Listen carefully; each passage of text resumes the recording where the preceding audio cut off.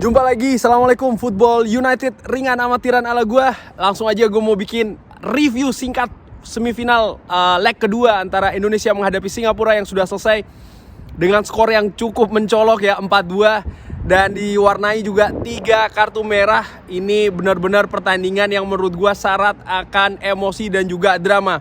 Langsung aja Sintayong menerapkan lagi-lagi formasi dan juga komposisi yang berbeda, di mana kali ini turun dengan 4-5-1. Ramai Rumaki kali ini yang diberi kesempatan sebagai starter. Ezra Walian yang tampil kurang cukup bagus di semifinal pertama sebagai pemain pengganti justru dipercaya sebagai starter. Sementara Singapura langsung main dengan komposisi 5 back. Di babak pertama gue pikir dua kesebelasan ini tampil cukup terbuka ya, langsung menyerang satu sama lainnya. Bahkan bolanya ini adalah bola-bola direct yang langsung menuju ke jantung pertahanan masing-masing. Indonesia membuka keunggulan dulu di menit ke-11 atau menit ke-12 dari asis manis Witan Sulaiman yang dimanfaatkan dengan bagus oleh seorang Ezra Walian. Ezra Walian sendiri menurut gue tampilannya lagi-lagi ya, kontribusi terbaiknya memang gol itu. Terlepas dari gol tersebut menurut gue banyak salah passing, salah kontrol, salah posisi juga, kurang maksimal penampilannya. Sementara Singapura juga sering sekali memanfaatkan serangan balik, kecepatan-kecepatan dari pemain-pemain depannya. Walaupun minus Iksan Fandi yang ternyata masih duduk di bangku cadangan, tapi mereka sempat beberapa kali mengancam pertahanan Indonesia. Beruntung kita punya lini pertahanan yang cukup baik ya.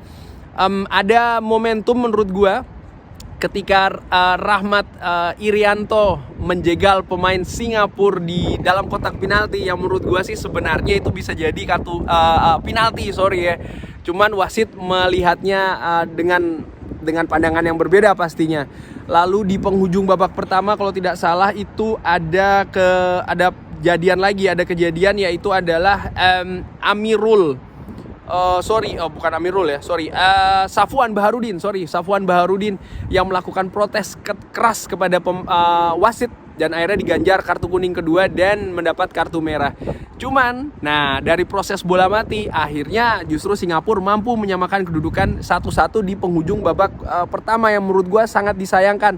Terlihat pemain Indonesia kurang konsentrasi, dan seperti yang gue sering singgung juga di preview, kalau Singapura ini cukup mahir ya di bola-bola mati, baik itu tendangan langsung, tendangan bola mati dari tendangan bebas maupun tendangan penjuru, dan ini yang terjadi di penghujung babak pertama. Memasuki babak kedua, keunggulan pemain Indonesia langsung menekan ya, karena keunggulan pemain itu tadi bermain tetap direct, sporadis juga. Singapura lebih banyak menunggu di daerahnya sendiri dengan sesekali melakukan serangan balik yang menurut gue cukup berbahaya juga ya. Lalu sempat ada beberapa penggantian, di antaranya Irfan Jaya masuk, Elkan Bagot masuk, dan juga Egy Maulana Fikri masuk. Setelah sebelumnya di awal babak kedua Ezra Walian diganti oleh Hanis Sagara. Tujuannya apa? Tentu saja Sintayong ingin supaya pemain-pemain Garuda ini mencetak gol secepatnya, karena Singapura turun jauh ke belakang, pertahanannya pun juga cukup rapat ya, cukup disiplin. Di samping itu penampilan penjaga gawangnya juga menurut gue luar biasa. Ada momentum, gue lupa oleh siapa ya, pemain nomor 5 kalau tidak salah dari Indonesia yang sempat membentur tiang. Nah dari situ gue sempat dagdikduk, waduh bagaimana ini, karena bisa jadi secara mental kan agak turun ya pemain Indonesia, karena itu tadi serangannya gagal. Yang ada justru di menit ke-67 pemain Singapura, anak dari Fandi Ahmad ya, Irfan Fandi Ahmad ini mendapat kartu merah. Indonesia menghadapi 9 pemain dari Singapura terus menekan. Yang ada justru di menit ke-74 melalui skema bola mati tendangan bebas, Syahdan bin Sulaiman berhasil menyarangkan bola. Pada saat itu gue cukup lemes juga ya, karena kita menyerang Singapura tidak tembus-tembus, tapi justru Singapura mampu menceploskan gol ke gawang Nadeo dengan cukup manis, tendangan bebasnya by the way 1-2, dan lagi-lagi kan dengan bola mati yang menurut gue Singapura ini cukup berbahaya ya dengan bola-bola matinya. Beruntung akhirnya di menit ke-87 Pratama Arhan akhirnya mampu mencetak gol, menyamakan kedudukan 2-2 melalui skema serangan yang menurut gue sebenarnya agak sporadis ya. Cuman Indonesia punya keunggulan kualitas individu di depan yang mampu mengecoh pertahanan Singapura.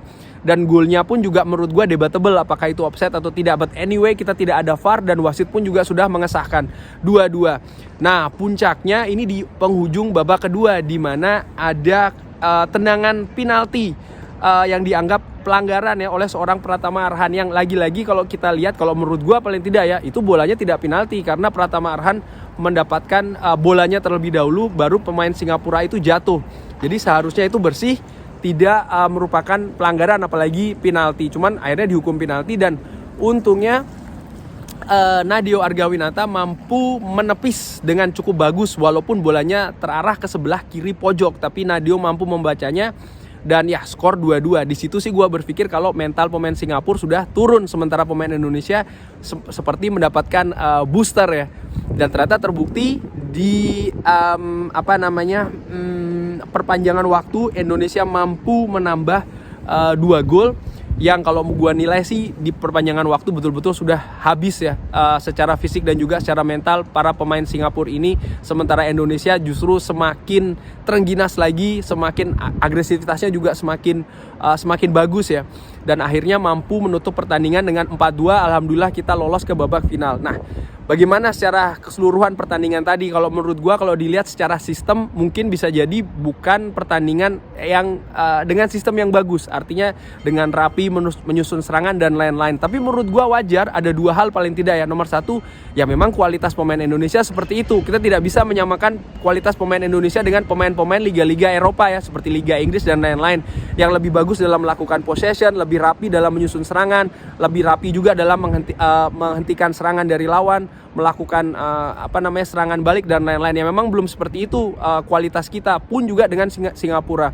Tapi kalau yang gue lihat transisi pemain Indonesia, terutama di babak pertama paling tidak ya, dari menyerang ke bertahan dan juga sebaliknya, ini cukup bagus. Lebih kedodoran ketika babak kedua. Kenapa? Karena menurut gue pemain Indonesia dengan keunggulan pemainnya melawan Singapura berusaha untuk lebih bermain terbuka lagi. Yang ada apa? Pertahanannya agak sedikit kedodoran karena lebih banyak ditinggal, kurang disiplin, memberikan space dan juga ruang ya bagi para pemain Singapura ini untuk menyusun serangannya.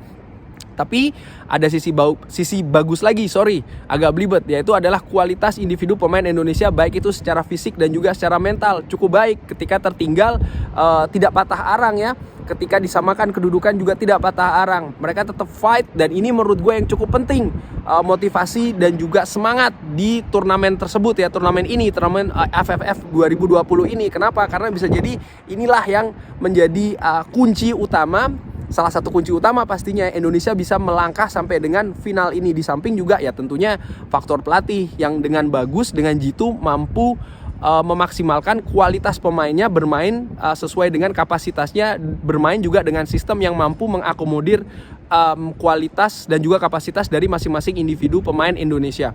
Menurut gua sih again tidak ada yang salah dengan gaya permain Indonesia. Memang bukan yang terbaik ya, karena menurut gua ada faktor emosional juga yang menyertai di pertandingan tadi, sehingga ya mungkin sistem agak sedikit kacau sedikit. But anyway, kita lolos ke final dan ini wajar ya menurut gua ya. Ini harus kita rayakan, kita selangkah lagi menjadi juara. Mudah-mudahan bisa lebih baik ya, artinya tidak menjadi runner up walaupun lawan berat sudah menanti di final, baik itu Thailand maupun juga Vietnam.